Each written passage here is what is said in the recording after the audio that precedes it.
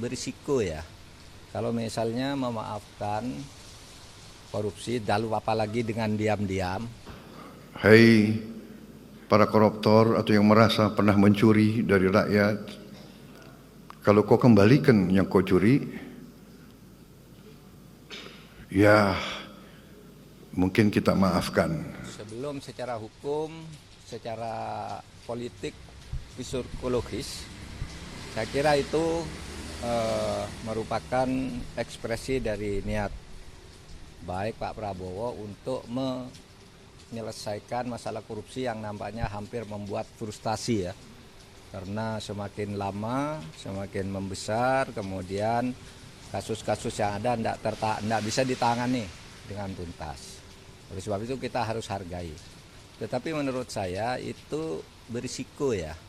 Kalau misalnya memaafkan korupsi, lalu apalagi dengan diam-diam, lalu asas pemerintahannya yang dua saja menyangkut akuntabilitas, pertanggungjawabannya gimana? Siapa yang melapor dan korupsi apa dan apa jumlahnya benar? Lalu asas transparansi juga bagaimana? Nah, belum lagi bertentangan dengan undang-undang misalnya. Kalau bertentangan dengan undang-undang sih ya gampang dibuat undang-undang baru kan gitu kan. Tetapi itu tadi transparansi dan akuntabilitasnya tidak bisa dijamin. Dan belum tentu orang mengaku juga korupsi kan gitu. Oleh sebab itu saya kira ya kita hargai itu bagian dari pernyataan Pak Prabowo yang katanya nanti akan berbuat sesuatu yang bisa dilihat sesudah 6 bulan. Oke? Tapi menurut pimpinan Komisi 3 dari pihak Gerindra, Pak Mahfud, ini merupakan bagian dari tindak lanjut perampasan aset dari pihak koruptor sehingga bisa dikembalikan ke tanah air. Itu konsisten nggak Pak? Sementara berarti undang-undangnya belum ya, masuk prolegnas. berarti begini.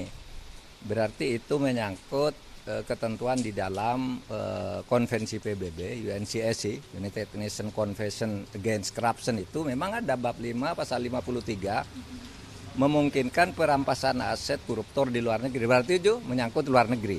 Tapi menurut saya ini bukan soal luar negeri aja. Kan yang banyak korupsi dalam negeri juga. Lalu mau diselesaikan secara diam-diam dan sebagainya gitu.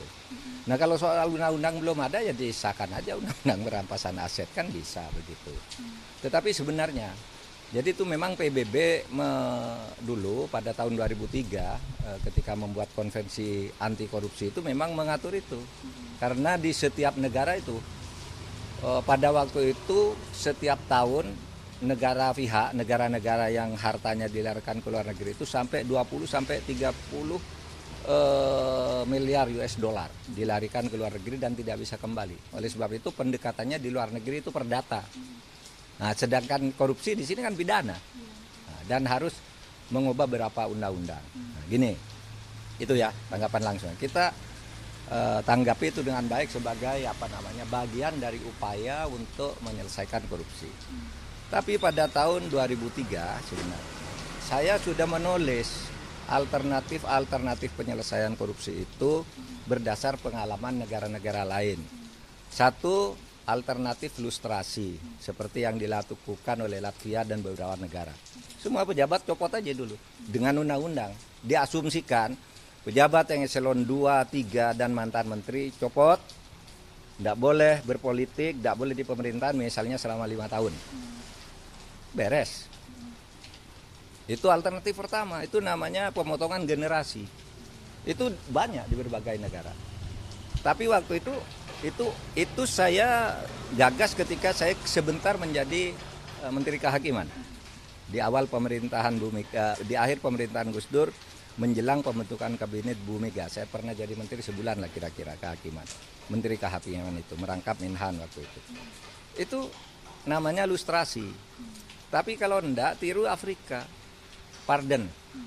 Lustration versus pardon. Pemaafan sudahlah diputihkan, tapi sesudah dia bekerjalah dengan baik. Gitu. Nah, kita di Indonesia pada waktu itu enggak berani. Ya, kalau mau lakukan lustrasi, siapa yang mau lustrasi? Yang harus membuat undang-undang lustrasi itu semua orang yang harus dipecat pada waktu itu. Enggak jalan kan? Atau gitu pemaafan juga takut kepada gerakan reformasi saat itu. Kenapa kok mau memaafkan kita reformasi itu untuk menindak para koruptor gitu. Sehingga lalu seperti sekarang nih berjalan sampai belasan tahun dan sebagainya. Kita tindak sesuai dengan hukum yang berlaku. Ada kalanya berhasil, di saat-saat awal adanya KPK itu banyak hasilnya. Tapi kemudian melemah, lalu sekarang kita sedang mencari jalan lagi. Sementara menurut saya ya tindakan tegas lah. Backing-backingan supaya Pak Prabowo kan sudah bilang jangan ada pejabat yang membackingi kasus. Itu gampang kok, kasus-kasus yang macet tuh dibuka aja siapa nih backingnya. Kok tidak transparan? Iya toh, ada orang menyerahkan uang ke aparat penegak hukum, koruptornya tidak ada, korupsinya ada di atas meja, masa? Gitu kan, nah seperti itu berarti ada backing kan. Entah di aparat penegak hukum, entah di luar yang sangat kuat bisa menekan aparat penegak hukum. Dan itu banyak sekali kasus seperti itu. Gitu. Tapi bukankah membuat koruptor itu jadi tidak jera ya Pak Mahfud kalau seandainya dengan mengembalikan uang yang dicuri lalu kemudian hukumannya ditiadakan kan? Nah itu risikonya, Oleh sebab itu sebenarnya pengembalian tindakan hukum yang tegas itu selama ini tidak meniadakan perampasan aset kok. Iya kan? Orang yang sudah dihukum itu kalau divonis orang sekian kan disita hartanya. Itu aset bagi yang sudah terbukti secara hukum udah disita semua, dirampas, dilelang. Nah, yang dimaksud perampasan aset di dalam undang-undang itu adalah mereka yang belum bisa diadili. Misalnya pelakunya lari, hartanya ada. Sita aja untuk negara. Gitu. Atau orangnya lari gitu, kemudian sitanya dibagi-bagi oleh orang lain gitu. Nah itu kan diselesaikan dulu menurut undang-undang perampasan aset, itu beda. Kalau perampasan aset dalam arti mengembalikan harta-harta hasil korupsi itu udah banyak, sudah triliunan diambil oleh Kejaksaan Agung, dilaporkan ke negara sudah oleh KPK apalagi banyak gitu. Jadi banyak orang tidak paham undang-undang perampasan aset itu seakan-akan kalau orang dihukum lalu asetnya dibiarkan. Enggak. Orang dihukum asetnya diambil. Selama ini juga banyak dan triliunan. Ya. Maksud saya kalau undang-undang perampasan aset mau ditindaklanjuti bukan itu, bukan orang minta maaf lalu diambil hartanya. Tidak bisa. Gitu. Undang-undang perampasan aset itu yang tidak bisa diadili ambil dulu. Seperti dalam perjanjian perdata di jangan sampai dijual-jual sebelum perkaranya selesai, itu undang-undang perampasan aset.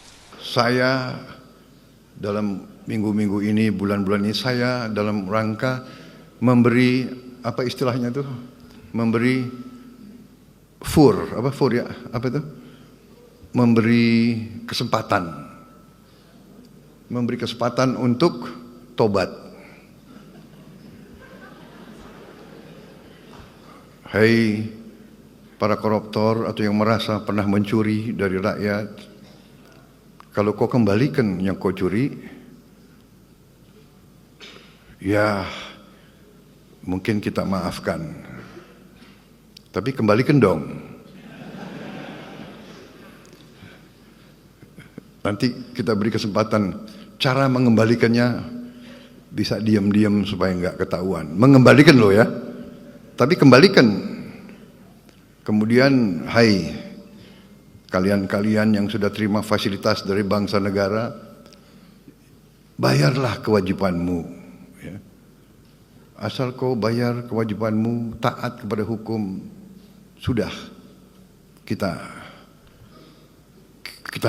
menghadap masa depan. Kita tidak ungkit-ungkit yang dulu. Tapi kalau kau bandel terus, apa boleh buat? Kita akan menegakkan hukum. Dan bagi aparat-aparat harus milih setia kepada bangsa, negara dan rakyat atau setia kepada pihak lain. Kalau setia kepada bangsa, negara dan rakyat, ayo. Kalau tidak, percayalah, saya akan bersihkan aparat Republik Indonesia.